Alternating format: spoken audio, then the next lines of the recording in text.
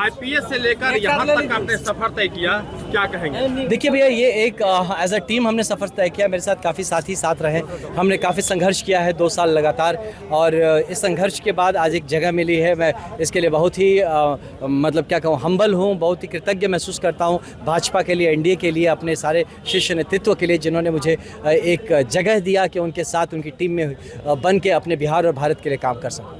आप देख रहे हैं कि किस तरह की राजनीति है और आप एक आईपीएस रह चुके हैं, ऐसे में किस तरह से आप काम करेंगे ताकि आपके जो सोच के आप आए थे? मैं बताऊं, ये भ्रम है कि राजनीति गंदी है। कुछ लोग राजनीति में गंदे हैं। राजनीति गंदी नहीं है। ये राज्य चलाने की नीति गंदी कैसे हो सकती है? राजनीति स्वच्छ है, साफ है ना? वो कहते हैं ना कि जिसकी रही भावना जैसी हरि मूरत देखी तीन तैसे। मुझे यहाँ स्वच्छता दिखता है, सफाई दिखता है, कर्मठ लोग दिखते हैं, वो समर्पित कार्यकर्ता दिखते हैं, जिनको अगर हम साथ ले सकें, उनके साथ टीम बना के हम काम कर सकें, तो एक बेहतरीन मतलब बिहार और भारत का निर्माण होते ज़्यादा वक्त नहीं लगेगा। सर, आपके लिए बक्सर के लिए सबसे पहले क्या करेंगे? बक्सर के लिए सबसे पहले, जो कि 10 साल से वहाँ पे एक मतलब है तो ना कि कमीशन खोरी के कारण से या जिस कारण से वहाँ पे सब रुक गया था, एनडीए के जितना प्रयास हो रहा था वहाँ पहुँच नहीं रहा था, सबसे पहले उसको सफाई करना है, वहाँ पे पहुँचाना है। उसके बाद वहाँ के रोड्स की व्यवस्था बहुत ख़राब है। इंफ्रास्ट्रक्चर देखा जाए उसमें हमें काफ़ी ज़्यादा मजबूती से काम करने की ज़रूरत है।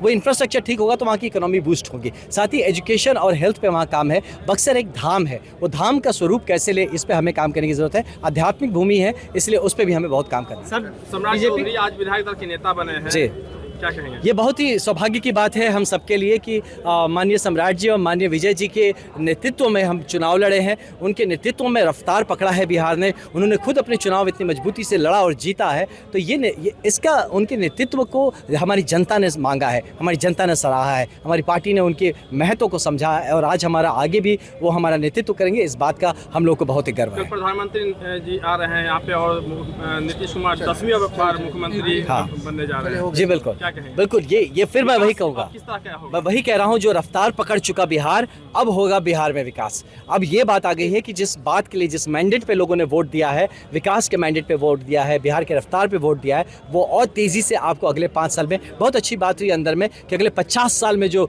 करा जा सकता है उसको हम 5 साल में करने का प्रयास करें। लगातार इस बात को करें कि 2 चीज़ रहा कि बेरोजगारी और पलायन, तो इसको डेफिनेटली इस पे काम होगा। देखिए, एक सर्वांगीण विकास की बात हो रही है यहाँ पे, इसमें बेरोजगारी और पलायन, इन दोनों मुद्दे हमारे लिए इंपॉर्टेंट है, हमेशा से रहा। हो सकता है आप हमारे नेतृत्व को आपने बहुत इसी पॉइंट को गोल बार बार इसी पे बोलते नहीं सुना है, लेकिन आप हमारे अगर जितने भी पॉलिसीज़ है, सरकारी पॉलिसी स्कीम उठा के देखिए आप, हर में सशक्तिकरण की बात की गई है, लोगों को स्वरोजगार के लिए प्रेरित किया गया है। यहाँ पे इस तरह से व्यवस्था स्थापित करने का प्रयास किया गया है कि यहाँ से बेरोजगारी पे सीधा हम उस पर चोट करेंगे, सिर्फ नौकरी दे के नहीं, स्वरोजगार बढ़ा के भी। और जिस तरह से पलायन का है उसको कितना कम किया जा सकता है और किस तरह से लोगों को यहीं पे जगह दिया जा सके, इसके लिए बहुत स्कीम है, और आने वाले वक्त में आप इसको और मजबूती से होते देखेंगे। महिलाओं की काफी भागीदारी रही, तो क्या महिलाओं को यहाँ पे भी देखिए, महिलाओं का बहुत रोल रहा है। आप माननीय नीतीश जी के पॉलिसीज देखेंगे तो महिलाओं सेंट्रिक काफी पॉलिसीज है। वो एक बच्ची के पैदा होने से उसके पढ़ाई लिखाई सब कुछ सरकार में शामिल हो, बिल्कुल ऑलरेडी है। महिलाओं का तो है,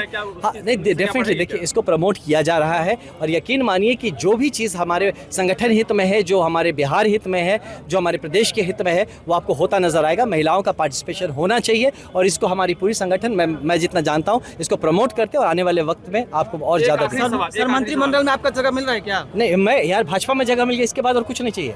भाजपा में जगह मिल गया, अब यहीं काम करना है। जो दायित्व जब जैसे जहाँ मिलेगा उस पर हम लोग काम करेंगे।